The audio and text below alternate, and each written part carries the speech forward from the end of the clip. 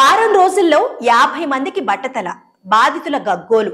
మహారాష్ట్రలోని బుల్దానా జిల్లాలో ఘటన. వరుసగా బట్టతల బాధితులుగా మారుతున్న ప్రజలు.